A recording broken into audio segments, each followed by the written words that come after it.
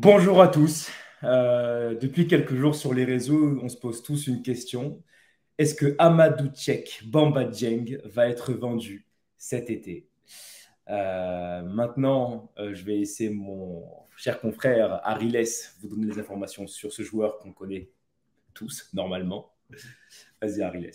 Bah oui, la jeune pépite sénégalaise, depuis quelques jours, on évoque de plus en plus son départ. On vous annonçait déjà au mois de mai que Pablo Longoria était très intéressé par le fait d'aller le vendre vers un club de première ligue, en tirer quelque chose. Donc on va se demander aujourd'hui avec Lilian, comme il vous en a fait la présentation, si aujourd'hui l'OM a quelque chose à gagner en vendant Bamba Dieng. On va prendre l'aspect économique, donc cet aspect financier qui est très important dans un Olympique de Marseille qui a des comptes encore pas très sains, et l'aspect sportif, parce que Bamba Dieng fait partie d'une liste de trois attaquants, trois, quatre attaquants maintenant avec l'arrivée de Luis Suarez, qui sont amenés à disputer cette saison en Ligue des Champions et en Ligue 1, et des attaquants qui n'ont pas été très rassurants sur toute la saison. Donc, comme on vous avait dit, Longoria espère aujourd'hui le vendre pour 12 millions d'euros vers un club anglais ou encore allemand. On a eu récemment un intérêt de Fribourg, dont on vous avait parlé. Le club de Bundesliga s'est renseigné sur le joueur.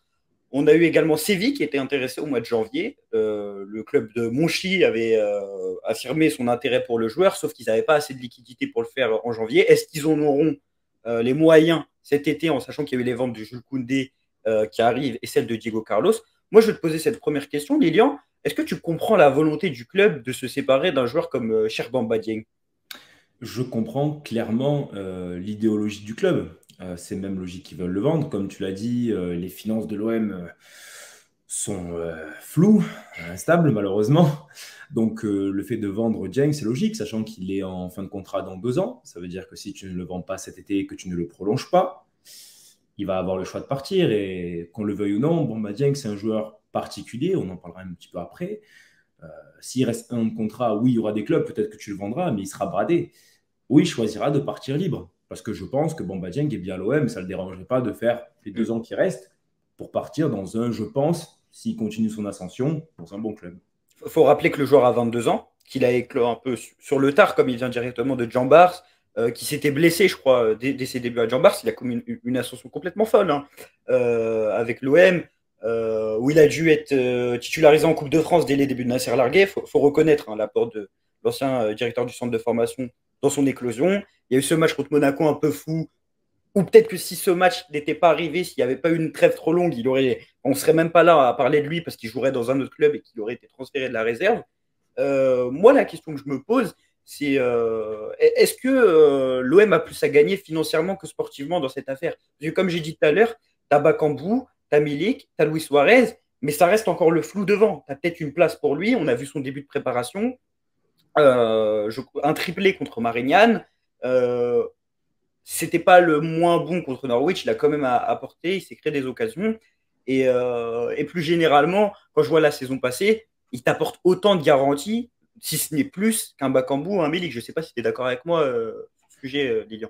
Je suis globalement d'accord. Après, je ne sais pas si l'OM va plus gagner sportivement que financièrement, parce qu'on oublie aussi quelque chose. C'est que oui, Dieng, on est tous fous parce qu'il est jeune. Il vient d'arriver dans le monde pro. Il a fait sa première vraie saison. Voilà, comme tu l'as dit, il est rentré contre Auxerre en Coupe de France, ascension fulgurante. Moi, je pense que il faut que l'OM arrive à vendre les joueurs au bon moment. Je pense que les Gestion des supporters actifs. de voilà, je pense que les supporters de l'OM seraient frustrés de voir partir Dieng aujourd'hui, parce que on sent qu'il peut devenir un joueur de très très haut niveau, mais c'est possible aussi qu'il n'y arrive jamais. Et ça, le truc, admettons qu'il reste encore un an et qu'il fait une saison pas catastrophique. Je pense pas qu'il fera une saison catastrophique, mais une saison moyenne. Moyenne, oui. Ben ouais, il va partir pourquoi 7 millions. Alors que là, peut-être tu peux le vendre entre 12 et 15, je ne sais pas. Il ne faut pas oublier, dans le football, on voit un potentiel. On voit un potentiel, on se dit, ouais, lui, il peut aller jusque-là. Mais par rapport à la mentalité du joueur, les blessures, son rythme de vie, les Sa entraîneurs aussi qui progression, passent. sa progression qu'on peut souligner, moi je trouve que, et ça avait été bien souligné dans l'espace qu'on avait fait, que Bamba Dieng, au final, depuis un an, moi je ne l'ai pas vu particulièrement progresser. Le joueur qui faisait des appels tranchants contre Monaco, c'est ce qu'on a revu face au Feyenoord et cette frappe lourde. Moi je ne le vois pas particulièrement progresser. À la finition, j'ai pas vu plusieurs palettes de Bamba Dieng. J'ai surtout vu un joueur qui frappe à l'instinct, qui a une grosse frappe, qui peut taper le poteau, comme de s'envoler au-dessus ou rentrer en pleine lucarne. Le seul point où je le vois vraiment progresser là sur la prépa, c'est que c'est devenu une bête physiquement. Ça, on est tous d'accord pour le dire. Mais peut-être que cette progression, moi, je la sens pas trop, cette marge de progression pour Bamba Dieng. Et je me dis que, quitte à prendre le risque à ce qu'il pète dans un autre club, bah, prenons-le. Prenons nos 20 millions ou nos 15 millions en gardant un pourcentage à la revente.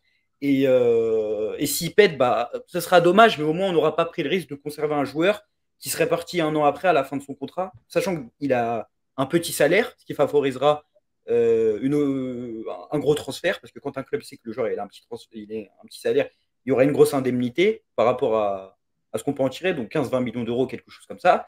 Et lui aussi, ça l'intéressera de doubler, voire tripler son salaire vers un club intermédiaire. Est-ce que toi, tu penses que Bamba Dieng a quelque chose à y gagner d'un départ de l'OM, ou tu penses que son idée de ne pas quitter l'OM, qui est affirmée dans les médias ces derniers jours, notamment par la Provence, elle est plutôt logique, sachant qu'il a une Coupe du Monde lui aussi à disputer? Alors, je vais répondre à ta question, mais je vais juste réagir sur la progression parce que je suis globalement d'accord avec toi, même si je trouve qu'il a progressé tactiquement. Je me rappelle, après le match d'Auxerre, il avait joué 2-3 matchs et tactiquement, c'était pas ça. Il sortait pas du lot forcément parce qu'il est nouveau, mais là, je vois une vraie progression tactique. Et sinon, tu as raison sur tout. Maintenant, ouais, c'est compliqué. C'est compliqué. Moi, je pense qu'il a raison de rester. Honnêtement, moi, je suis de ceux qui disent qu'il s'il reste, il a raison. Si je suis lui, je reste. Pourquoi? L'Olympique de Marseille, Ligue des Champions. Moi, je demande à voir, ça fait un parallèle avec la progression. J'aimerais bien voir enchaîner Bamba Dieng 10 matchs titulaires. Et là, c'est là où on va voir son vrai niveau. Peut-être qu'il n'a pas progressé, mais peut-être qu'il était déjà à un niveau très haut. Mais juste comme on ne l'a pas vu enchaîner 10 matchs, parce que ce n'est jamais arrivé, on ne peut pas tout voir.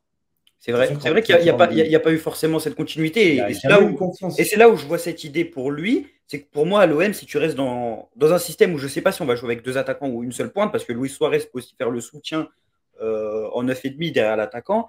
Mais pour moi, le fait que tu aies Bakambu, Milik, Suarez et Bamba Dieng, bah, tu peux dire qu'il a quelque chose à tirer, comme je l'ai dit tout à l'heure, de cette concurrence, mais que ça peut laisser un flou et qu'on peut avoir la même chose que la saison passée, avoir un attaquant par phase. Dès que Bamba Dieng est bon, bah, on met Bamba Dieng.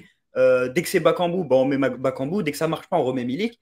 Et je pense que pour sa progression, sachant que, comme j'ai dit, il a déjà 22 ans, il va sur ses 23, qu'il a une Coupe du Monde à disputer, qu'il a vraiment une place à aller prendre en tant que titulaire avec le Sénégal, au vu de la situation sportive de son concurrent Boulaïdia, je pense que pour lui, partir de l'Olympique de Marseille peut être quelque chose de positif. Si tu vas, par exemple, on parlait de Fribourg, et si tu vas à Fribourg, sachant que la Bundesliga, c'est un championnat qui peut lui correspondre, du fait qu'il va avoir énormément d'occasions. C'est un joueur qui se crée des occasions, hein, Bamba Dieng. Bah, au final, ça peut lui bénéficier. Cependant, jouer à l'OM, c'est quelque chose de différent par rapport à jouer à Fribourg. Ça t'offre une autre exposition. Et puis, aujourd'hui, même si Fribourg est intéressé par lui, quand tu es à l'OM, pourquoi aller à Fribourg? Alors oui, tu as raison, il y a beaucoup de concurrence. Mais moi, ce qui me dérangeait un petit peu la saison dernière, la saison passée, c'est que c'était pas au mérite. C'était par rapport à contre qui on jouait. Sampaoli faisait ça à Monaco, s'il met Bamba Dieng, c'est pas parce que Bamba Dieng était meilleur. C'est parce que par rapport à ce qui se passait tactiquement à Monaco, il s'est dit qu'un profil à la Bamba Dieng serait plus efficace. Si tu dors, il respecte ce qu'il a dit et qu'il est au mérite, là, moi, contre Reims, c'est lui titulaire. Ce n'est pas Bakambu. D'ailleurs, ça t'a pas étonné qu'il joue pas face à Boro? Ah, mais pour moi, c'était un message clair. C'était un message, il n'y a pas de débat. Alors qu'il ne joue pas la première mi-temps, ok, c'est pas grave, ben, on s'en fout. Mais le fait qu'il ne joue pas du tout. Ça veut dire part, en fait. Ça veut dire que. Ça veut dire part. C'est peut-être le meilleur joueur de ton équipe actuellement.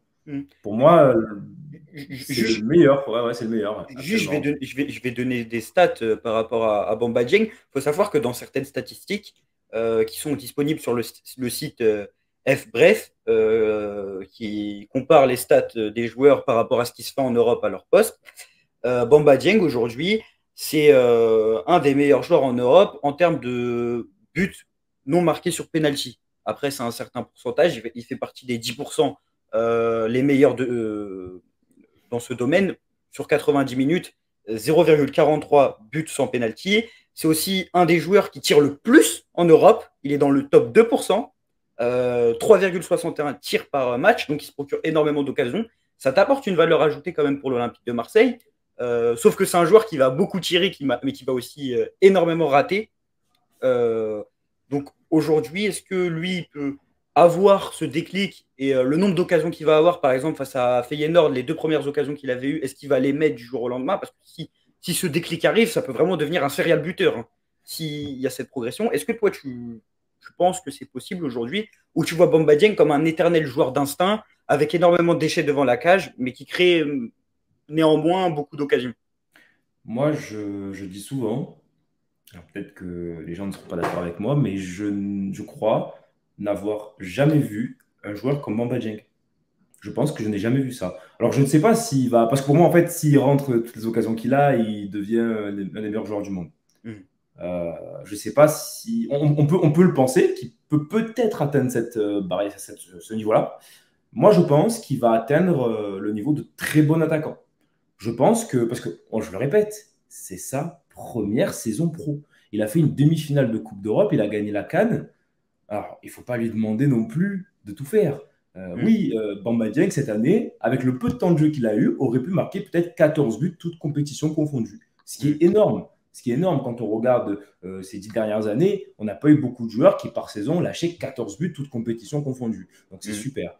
Moi, je pense que Bamba Dieng peut atteindre un très bon niveau. Je pense que Bamba Dieng peut être top 4 Mm. meilleur buteur de Ligue 1 s'il enchaîne. Je veux vraiment insister là-dessus, c'est l'enchaînement qui va pour moi déterminer La là où il va régularité. s'arrêter. La régularité. Parce que si tu Moi, veux que ton joueur soit régulier, il faut qu'il joue aussi. moi, Tu je me vois. rappelle pas de phase où il a énormément enchaîné.